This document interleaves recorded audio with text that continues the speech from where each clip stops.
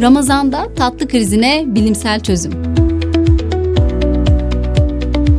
Ramazanda tatlı krizin nedeni irade eksikliği değil, kan şekerinin hızlı yükselip hızlı düşmesidir. Gün boyu aç kalan vücutta insülin duyarlılığı azalır. İftarda hızlı karbonhidrat aldığımızda ise kan şekeri 15 dakika içerisinde hızlıca yükselip sonrasında sert bir düşüş yaşar. İşte o düşüş beynin tatlı ye sinyalidir. Bilimsel araştırmalar ani glikoz dalgalanmalarının açlık hissini 2 kat arttırdığını gösteriyor. Peki çözüm ne? Tatlıyı iftardan hemen sonra değil 1-2 saat sonra tüketmek. Bu insülin pikini yatıştırır. Tatlının yanına bir protein eklemek, yoğurt veya süt gibi. Protein glikoz yükselişini yavaşlatır. İftarda ilk 10 dakika ise yavaş başlamak. Su ve hurmayla ve çorbayla başlamak, 5 dakika ara vermek tatlı krizini %50 oranında azaltır. Unutmayın, kriz gelen siz değilsiniz. Dalgalanan kan şekeriniz. Dengeyi sağlayınca tatlı isteği de sakinleşir.